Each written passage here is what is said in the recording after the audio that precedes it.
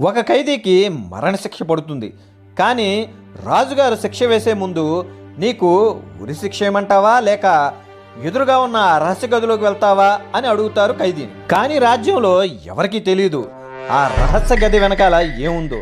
అందుకే ఆ ఖైదీ భయపడి వామ్మో ఆ గది వెనకాల ఏమైనా ఉండొచ్చు, క్రూర జంతువైనా, విషపూరిత సర్పమైనా, ఇంకా ఏ రాక్షసుడైనా అనుకుని భయపడి నాకు ఉరి శిక్ష వేయండి అంటాడు ఆ ఖైదీ. ఇంకా ఆ ఖైదీని ఉరి తీయడానికి తీసుకువెళ్తుంటారు సైనికులు. ఉరి తీసే ముందు నీ చివరి కోరిక ఏంటో కోరుకో అని అడుగుతారు రాజుగారు. అప్పుడు ఆ ఖైదీ నా చివరి కోరిక ఆ రహస్య గదిలో ఏముందో తెలుసుకోవాలనుంది అంటాడు. అప్పుడు రాజుగారు నవ్వుతూ ఆ రహస్య గది వెనకాతల స్వతంత్రం ఉందయ్యా, అదే విడుదల. శిక్ష పడే ప్రతి ఖైదీని నేను అడుగుతూ ఉంటా. ప్రతి ఖైదీ ఆ గదిలో ఏముందో అని భయపడి ఉరి శిక్షే వేయమనేవారు. ఎవరూ ఆ గదిలోకి వెళ్ళడానికి ప్రయత్నించేవారు కాదు. కథలో నీతి ఏంటంటే వచ్చే ఎన్నో అవకాశాలని భయపడి జార విడుచుకుంటాం, ప్రయత్నం చెయ్యం.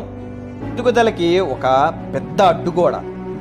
చూడాలంటే ధైర్యంగా కొన్ని అడుగులు ముందుకు వెయ్యాలి.